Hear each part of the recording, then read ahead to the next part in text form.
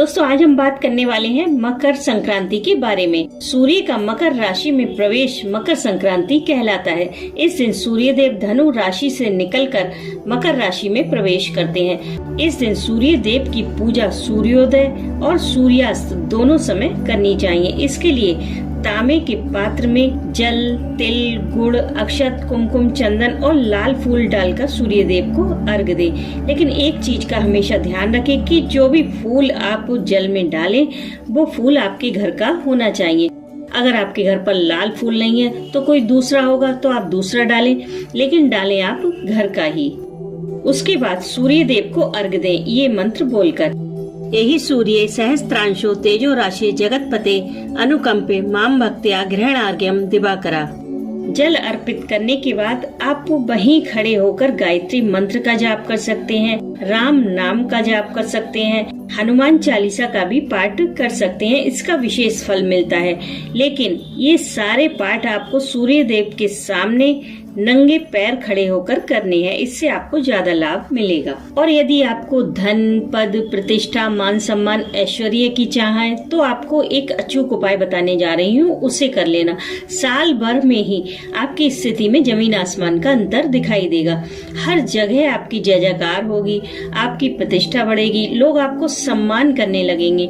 और ये बात तो सभी जानते हैं कि सूर्य देव की पूजा करने वाले को धन की कभी कमी नहीं रहती। गरीबी नाम की चीज उसके जीवन से हमेशा हमेशा के लिए गायब हो जाती है। और वो उपाय है आदित्य हृदय स्तोत्र। जी हाँ दोस्तों, इस उपाय को आप सूर्य भगवान के सामने नंगे पैर खड़े होकर करें। इससे आपको सूर्य भगवान की कृपा बहुत जल्द प्राप्त होगी।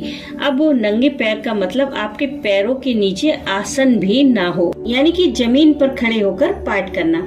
इसका पाठ करना बहुत आसान है। मैंने आपको बड़ी आसानी से पाठ करके बताया है, जिसका लिंक आपको डिस्क्रिप्शन में मिल जाएगा।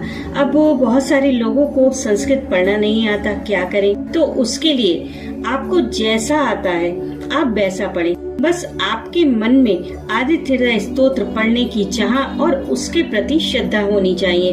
बाकी तो भगवान आपके शब्दों को नहीं बल्कि आपके भाव को देखते हैं। आदित्य हृदय स्तोत्र पढ़ने के बाद आप सूर्य भगवान को इन 12 नाम मंत्रों से प्रणाम करें। ये मंत्र हैं: ओम मित्राय नमः, ओम रवे नमः, ओम सूर्याय नमः, ओम खगाय नमः, ओम भान्वे नमः, ओम पूषणे नमः, ओम हिरण्यगर्भाय नमः, ओम मरीचे नमः, ओम आदित्याय नमः, ओम सवित्रे नमः, ओम अर्काय नमः, ओम भास्कराय नमो नमः।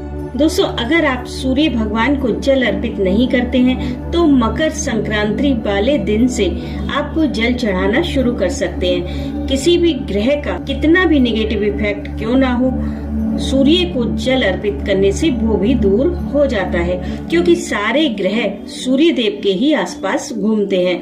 अगर सूर्य प्रसन्न तो सब प्रसन्न। इसलिए केवल सूर्य भगवान को मना लो, आपको किसी को भी मनाने की जरूरत नहीं। यहाँ तक कि सारे कर्म कांड, पूजा पाठ एक तरफ और सूर्य पूजा एक तरफ। इतना महत्व दिया है वेदों में सूर्य पूजा का।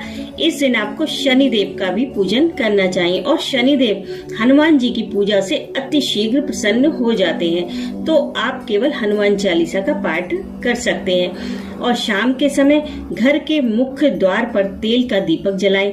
जब आप घर में प्रवेश करें तो आपके बाएं हाथ की तरफ ये दीपक जलना चाहिए। अब वो बात करते हैं दान की। दान आप अपनी सामर्थ्य के अनुसार जो चाहे कर सकते हैं। खिचड़ी, दाल, चावल, कपड़े, चप्पल, रुपए, पैसे, तिल या तिल से बनी हुई मिठाइयाँ, आप जो चाहे दान कर सकते हैं। लेकिन ये कंफर्म कर लें कि जो भी आप दान कर रहे हैं वो सिर्फ जरूरतमंद तक ही पहुँचे।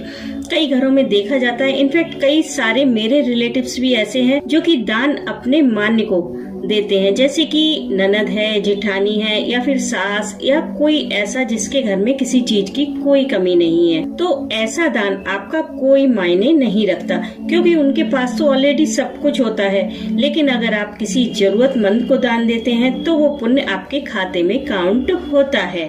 अगर हो सके तो इस दिन आप 1 पैकेट सरसों का तेल किसी गरीब को दान करें। इससे उसके घर में जितनी बार भी भोजन बनेगा उतनी आपको दुआएं मिलेंगी। ये बड़ा अचूक उपाय है, करके देखिए।